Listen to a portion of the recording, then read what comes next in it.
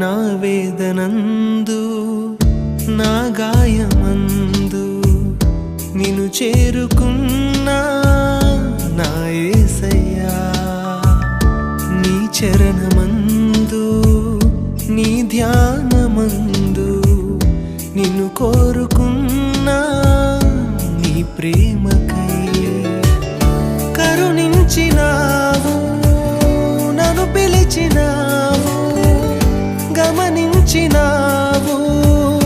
ఘనపరచినావు నీవేగ దేవా